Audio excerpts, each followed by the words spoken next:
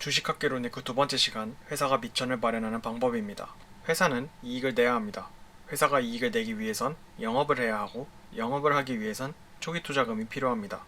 하지만 자본이 많은 대기업이면 모를까, 대부분의 회사는 회사 그 자체로 마련하기 어려운 투자금이 필요합니다. 그래서 회사는 돈을 다른 곳에서 빌리거나 회사의 어떤 것을 팔아야 합니다.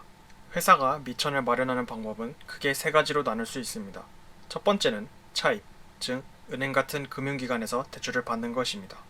두 번째는 회사의 미래이익을 다른 사람에게 증권하여 판매하는 것입니다. 여기서 증권은 주식이며, 주식학개론 첫 번째 시간에 말씀드린 주식의 의미를 떠올리시면 어떤 의미인지 아실 수 있을 겁니다. 세 번째는 첫 번째 방법과 두 번째 방법을 섞어 대출을 나중에 주식으로 바꿀 수 있는 증권을 발행합니다. 자, 첫 번째 방법부터 살펴봅시다. 첫 번째 방법은 우리가 생각하는 가장 쉬운 돈을 빌리는 방법입니다. 금융기관에 가서 대출 채권을 판매하면 됩니다. 대신 일정한 기간마다 이자를 갚아야 하지요. 이 방법의 가장 큰 장점은 기업은 원금 및 정해진 이자만 갚으면 된다는 것입니다. 만약 연 5%의 금리로 10억 대출을 받으면 기업은 원금 10억과 한 해 이자 5천만 원만 갚을 의무가 있습니다. 이때 기업이 얼마나의 이익을 냈는지는 상관이 없습니다. 한 해 이익이 적자이든 2억이 발생했든 기업은 원금 10억과 이자만 갚을 의무가 있으니까요. 또한 돈을 빌려주는 기관은 빌려준 돈에 대해서만 권리를 가집니다.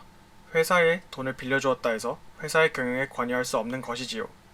대신 회사의 부채 비율이 들어 회사의 재무 구조에 부담이 가고, 만약 이자를 갚지 못하고 부채 상환에 문제가 생긴다면 회사는 다른 담보를 제공하거나 파산해야 합니다.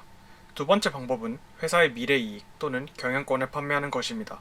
즉, 주식을 발행하는 것이지요. 대표적인 형태로 회사는 보통주를 발행하여 자금을 조달합니다. 거래소에 상장한 경우 기업이 공개된 만큼 다수에게 증자가 가능한 것입니다.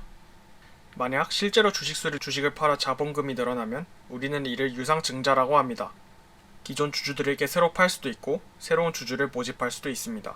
이 방법의 장점은 불특정 다수에게 투자받기 좋다는 점입니다. 첫 번째 방법인 대출은 기업에게 일정 이상 신용이 필요하기에 신용이 부족하다면 자금 조달이 어려울 수 있기 때문입니다. 또한 재무 구조에는 손해가 안 간다는 것입니다. 회사의 자본이 늘어남에 따라 기업의 순자산이 늘어나며 이는 재무 구조가 좋아 보이는 효과를 가지게 됩니다. 또한 주주로부터 받은 투자 자금은 갚을 의무가 없습니다. 이는 안정적으로 자금을 운용할 수 있다는 뜻입니다.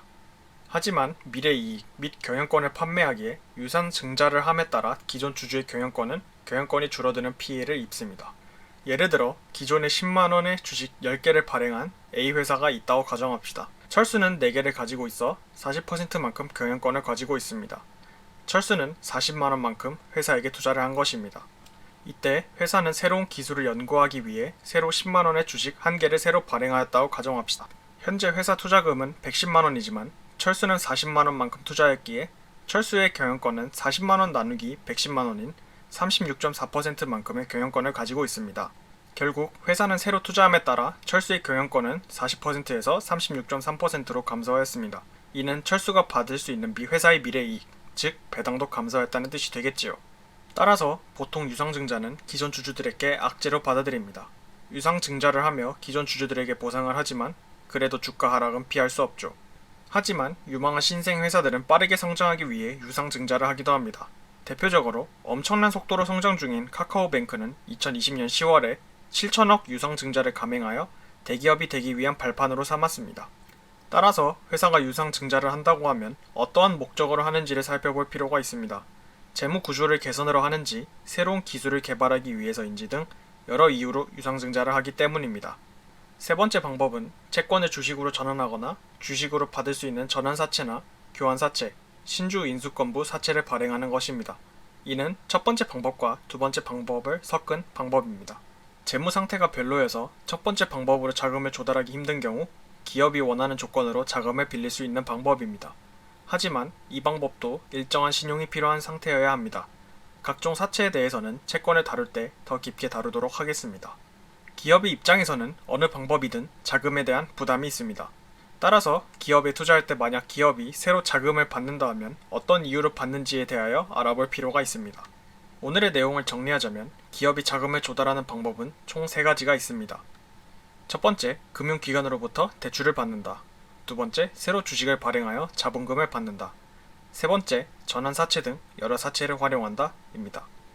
다음 영상에서는 회사가 주식을 발행하는 과정에 대하여 설명드리겠습니다. 끝까지 영상을 시청해주신 여러분께 감사합니다.